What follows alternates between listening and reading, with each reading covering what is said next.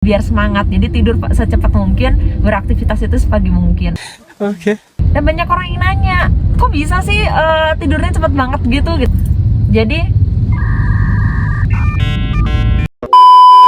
hai, assalamualaikum warahmatullahi wabarakatuh.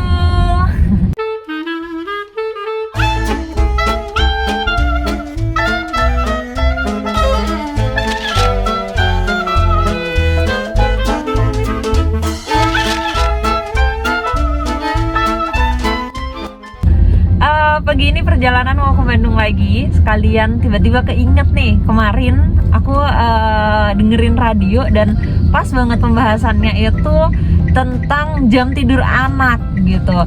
Jadi katanya anak itu penting punya waktu tidur malam, terutama tidur malam yang disiplin gitu ya. Jadi jangan terlalu larut malam, karena pada jam-jam tertentu itu ada fungsi-fungsi dari tubuh dia itu tuh yang apa ya, kayak recovery gitu kali ya, dicas lagi gitu.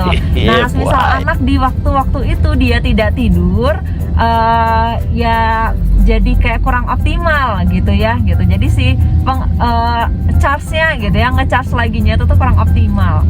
Nah, aku tuh sering banget ceritain sama teman gitu ya, dia curhat, intinya anaknya semisal kalau tidur tuh bisa yang jam 1 malam, jam 2 pagi gitu ya, atau di atas jam 10 lah pokoknya gitu. Nanti terus bangunnya tuh dia siang gitu. Dan ini cukup melelahkan buat orang tuanya gitu, karena kan si anak kalau dia nggak tidur dia cuman melek sendiri gitu sih mungkin nggak apa-apa ya gitu. Tapi kan dia biasanya pasti minta ditemenin gitu ya, minta ditemenin main, ngobrol dan lain sebagainya gitu. Apalagi yang kalau masih kecil banget kan, kita juga nggak bisa ngelepasin dia melek sendirian kan gitu. Takutnya dia kemana, ngapain gitu kan, berbahaya gitu. Nah, makanya hari ini aku mau sharing tentang pengalaman aku membiasakan anak-anak tidur tepat waktu. Nah, tepat waktunya tuh jam berapa ini dia. Aku bersyukur banget ya, karena dari dua anak aku itu nggak ada yang begadang, nggak pernah begadang dari awal lahir. Paling parah-parahnya itu semisal mereka sakit ya di awal-awal, kalau di bulan-bulan awal tuh biasanya kadang sakit gitu ya, panas atau apa, mungkin kayak rewel aja, kayak bangun malam jadi lebih sering yang kayak gitu. Tapi kayaknya hampir nggak pernah gitu yang benar-benar yang mereka tuh begadang dan ganggu waktu tidur gitu. Justru aku sering begadangnya karena hal lain gitu, bukan karena anak. Jadi alhamdulillah itu dari kecil emang seperti itu. Nah, tapi setelah aku pelajari, mungkin memang ada kebiasaan-kebiasaan yang mendukung gitu untuk anak-anak itu tuh punya waktu tidur yang tepat gitu, yang teratur maksudnya. Nah, kalau yang aku dengar di radio itu, setidaknya anak itu udah tidur jam 9 gitu ya. Jadi antara jam 9 jam 10 itu harus mereka tuh harus sudah tidur gitu, dibiasakan untuk seperti itu. Nah, kebetulan anak-anak aku itu hampir sama semuanya. Mereka berdua itu waktu masih bayi banget gitu ya, masih di bawah 6 bulan, mereka itu punya kebiasaan yang tidur itu jam habis maghrib gitu. Semuanya tuh kalau habis maghrib tuh tidur gitu. Dan ya alhamdulillah kan gitu. Sedangkan pas udah mulai makan, udah mulai rada gedean gitu ya, itu paling lambat jam 8 gitu. Nah, ini karena dua aja ya gitu, karena sekarang dua dan tidurnya bareng kan kadang jadi saling ganggu gitu ya gitu. Nah, karena saling ganggu ini, jadi sekarang kalau tidur maksimal itu jam setengah 9, tapi rata-rata sih jam setengah 8 sampai dengan jam 8 gitu. Maksimalnya jam setengah 9. Dan banyak orang yang nanya, kok bisa sih tidurnya cepet banget gitu? Apa emang kebiasaan dari kecil atau gimana, atau bawaan gitu? Nah, aku sebenarnya nggak tahu pasti ya kenapa. Cuman kalau menurut aku ada banyak faktor yang mempengaruhi kenapa anak itu tuh susah tidur cepat gitu. Yang pertama tuh suasana rumah gitu. Aku menyadari banget ya, kalau suasana rumah itu tuh rame, anak itu tuh cenderung dia nggak mau tidur karena dia masih pengen merespon lingkungannya gitu, entah dengan main, entah dengan apa gitu, tapi dia masih pengen merespon gitu. Jadi dia nggak cepet tidur dan akan susah tidur juga kan karena rame gitu. Nah, sedangkan aku itu memang dari dulu di jam-jam yang waktunya tidur tuh memang suasana rumah tuh cukup mendukung gitu, jadi hening. Dan ya kalau udah waktunya tidur, biasanya kalau lagi rame di rumah aku selalu bilang tunggu anak-anak tidur dulu, kalau nanti udah tidur baru kita on lagi gitu. Jadi istirahat dulu nih sejenak nunggu anak-anak tidur gitu. Terus yang kedua, di saat jam tidur tuh aku memang memposisikan rumah itu emang kayak orang tidur. Jadi karena kebiasaan dari dulu aku selalu matiin lampu ketika tidur gitu ya. Jadi pokoknya kalau udah jam 7:30 anak-anak masuk kamar, dan kalau tidur harus di kamar gitu. Nah kadang kan anak kan pengen tidur di ruang TV atau di deket mainan dia gitu ya. Pokoknya di tempat-tempat yang bukan tempat tidur lah, walaupun itu juga ada kasurnya gitu ya. Jadi walaupun nangis, aku suka tetap paksain mereka kalau mau tidur harus di kamar gitu ya, harus di kasur, harus di kamar. Dan tutup pintu, matiin lampu semuanya.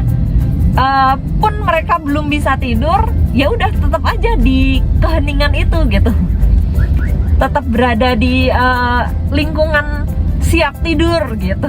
Dan ini tuh memang membutuhkan kerjasama banget ya sama orang yang ada di rumah gitu ya, entah itu pasangan, mungkin orang tua atau orang yang kerja di rumah gitu, untuk ngikutin pola kita gitu. Kalau semisal mau tidur ya polanya seperti itu. Jadi kayaknya dua hal itu sih yang menurutku sangat-sangat berpengaruh ya kalau aku perhatiin di anak-anak aku gitu.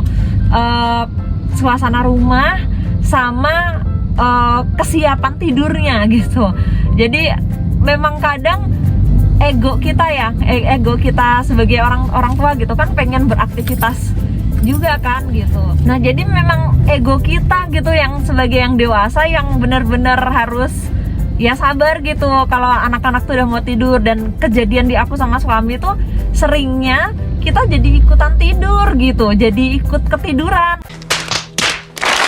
gara-gara nemenin anak tidur nih kan, suasananya udah yang mendukung banget nih gitu ya, udah yang di atas kasur, suasananya udah hening, mati lampu semuanya, udah enak banget lah gitu ya buat tidur gitu. Jadi sering banget emang kita tuh ketiduran dan bangunnya tengah malam gitu ya, buat makan malam atau buat ngobrol gitu ya, itu gitu. Jadi risikonya kita sendiri yang ikut ketiduran kayak gitu.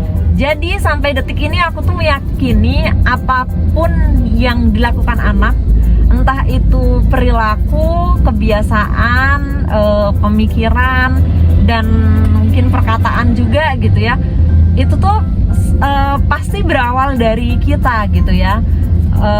Jadi ya mereka itu tuh tahu dari kita, mereka itu bisa sesuatu tuh dari kita atau dari lingkungan dia gitu ya.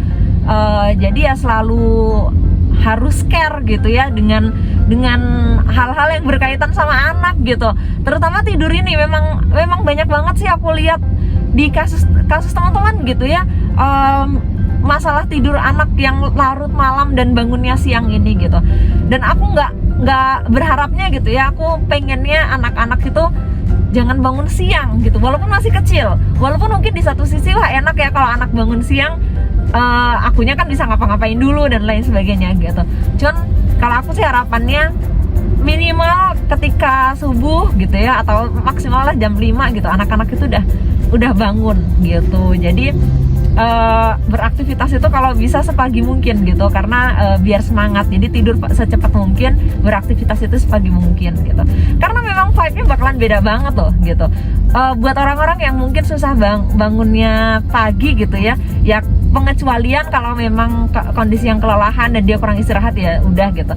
Tapi setahu aku tidur malam gitu ya sama tidur pagi itu kan beda ya, kualitasnya beda gitu. Makanya aku juga ke suami suka negur gitu, sebisa mungkin tidur yang berkualitas, bukan tidur yang kuantitasnya panjang gitu ya, tapi tidur yang cukup tapi kualitasnya bagus. Dan walaupun masih anak-anak itu akan terlihat banget kok gitu, apa itu namanya, vibe dia, kemudian atmosfer dia gitu ya ketika pagi gitu, dia bangun itu beda banget antara yang tidurnya enak sama enggak gitu ya. Sama aja lah kayak kita orang dewasa gimana sih gitu, yang tidurnya nyenyak gitu tanpa beban pikiran, tidurnya tepat waktu, dan yang kita tidurnya kurang berkualitas, pasti ketika pagi kan efeknya beda gitu. Dan ya minimal itu salah satu ikhtiar biar kita hidup bahagia lah gitu. Mengurangi stres gitu ya karena kurang tidur atau tidur di jam yang tidak tepat kayak gitu. Jadi semangat membiasakan anak kita kebiasaan-kebiasaan baik ya, sedini mungkin, sekecil mungkin yang kita bisa gitu. Yang penting kita mulai, karena aku tuh yakin ada satu hal yang paling sulit dilakukan di dunia ini, salah satunya itu adalah memulai gitu. Banyak banget angan, banyak banget niat gitu, tapi memulai sesuatu tuh susah banget. Jadi kadang aku mengapresiasi gitu ya, walaupun perencanaannya belum sempurna, ya udah lakuin aja gitu ya, niatin aja, lakuin aja gitu. Bismillah, insya Allah nanti Allah nolong gitu. Baiklah, mungkin itu cerita aku pagi hari ini. Kebetulan aku udah mau sampai tempat tujuan. Terima kasih. Wassalamualaikum warahmatullahi wabarakatuh.